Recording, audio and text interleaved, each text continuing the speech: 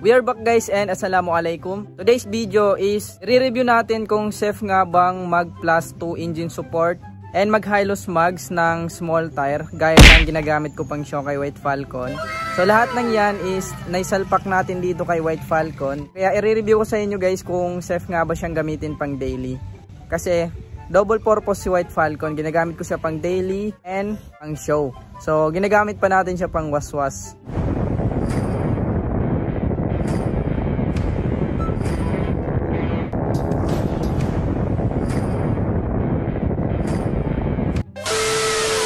Pag-uusapan natin yan guys lahat dito sa video na to. By the way, bago ang lahat, i-shoutout nga pala sa mga tropa natin na nagpapa-shoutout last video natin.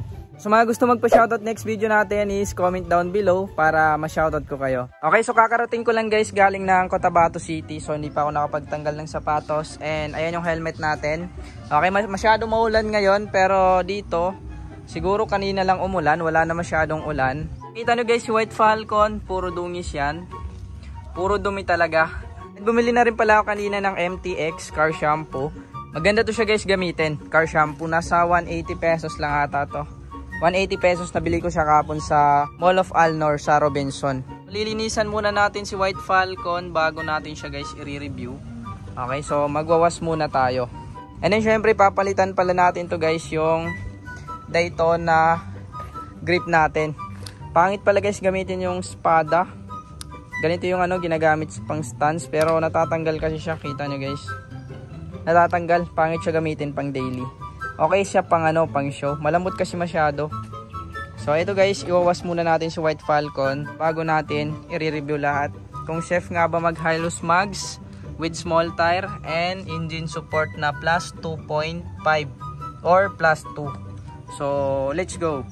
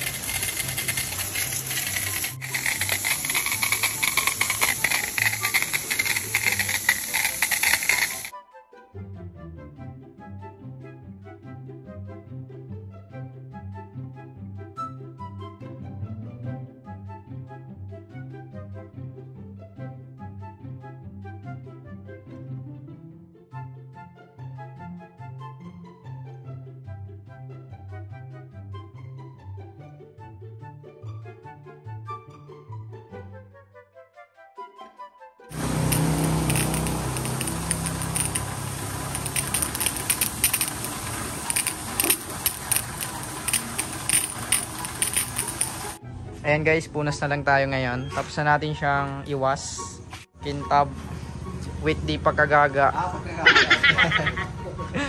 Pupunasan natin siya guys ng MTX na microfiber para mas mabilis.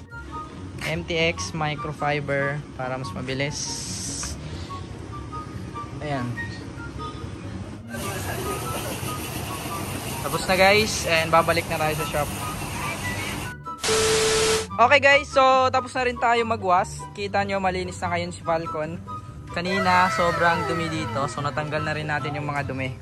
And ipapakita ko sa inyo guys yung engine support natin.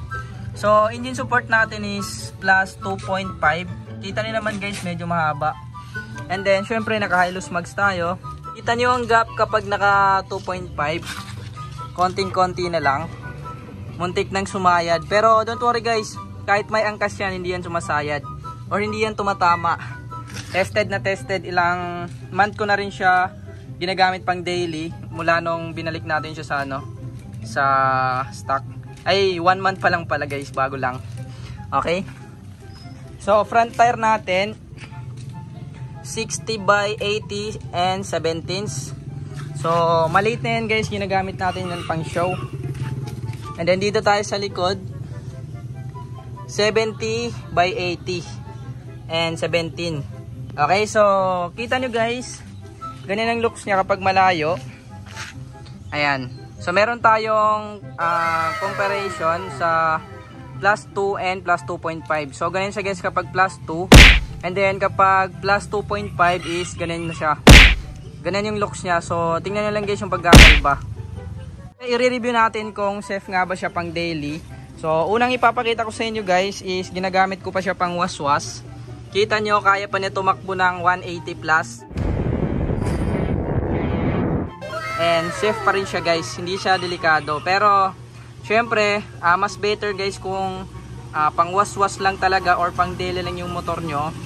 So mas better guys na mag plus 2 na lang kayo. And pwede kayo guys gumamit ng fabricated or yung bakal talaga, wag yung alloy, para mas secured pa kapag pure na bakal talaga. So akin kasi kaya alloy yung ginagamit ko. Syempre ilalapag natin siya sa show, so kailangan natin naka-engine support. And then dito naman pag-usapan natin sa high-loss mags, kung safe nga ba siya. So syempre kapag medyo maliit yung gulong and maliit yung mags, lalo na kapag Aerox or NMAX yung motor nyo, so syempre medyo malikot, hindi gaya sa stock na mags. So iba pa rin talaga guys yung performance nila. Pero maganda rin tong 17 pang daily and pang show kasi pwede natin siya magamit. So safe pa rin siya guys kahit ganun niya yung gamit natin na gulong.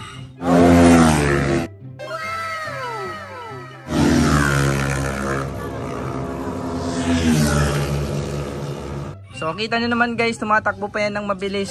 Kaya pa rin kontrolin ng driver natin. So syempre nasa driver pa rin guys, nakadepende.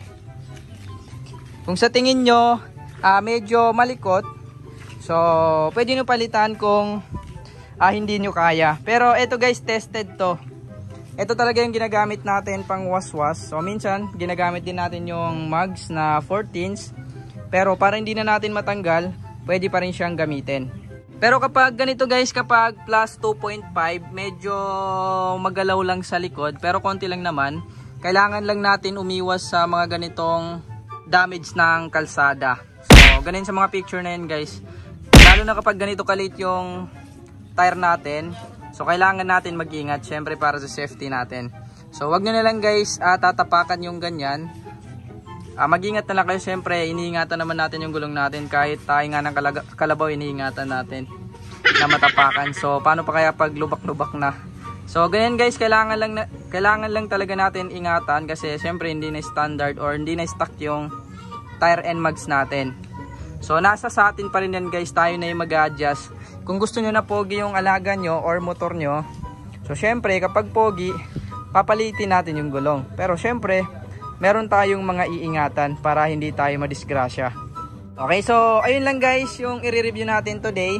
So para sa akin talaga guys, okay siya kasi nagagamit natin pang waswas, pang daily, and pang motor show. So tested yan guys and meron tayong sample. Okay, pinakita ko na sa inyo yung proof na pwede natin siyang gamitin. Pero nakadepende pa rin sa inyo guys kung gusto niyo yung performance or kung ayaw nyo. Pero kung gusto niyo ng looks na ganito, nakadepende sa inyo. That's all for this video guys. Thanks for watching. And kita-kita tayo sa susunod na video natin. Sa mga nagtatanong dyan kung saan ako kumukuha ng pambili ng mga pyesa, dito lang yan sa Masaya Game. So napakadali lang maglaro at kumita. Everyday is meron kayo ditong 1 to 10 pesos na bonus para mapalago at manalo. Sa tingin nyo ay hindi sapat yung bonus na yon, pwede kayo mag-cash in, pindutin nyo lang yung plus. Pwede kayo mag-cash in gamit ang inyong GCash at Maya Wallet. Meron silang minimum of 100 pesos. After nyo makapag-cash in is marami silang laro dito, pero ang favorite ko talaga dito is dito sa Dragon Tiger. Gagawin nyo lang dito is pipili lang kayo sa Dragon or Tiger. Tataya tayo ng 100 pesos dito sa Dragon. Okay, panalo yung 100 natin, ibig sabihin magiging 200 na. Ganun lang kadaling manalo at kumita dito sa Masaya Game. Kung sa tingin nyo sapat na yung panalo nyo, is punta lang kayo dito sa withdraw and then mag-withdraw kayo gamit yung GCash number nyo.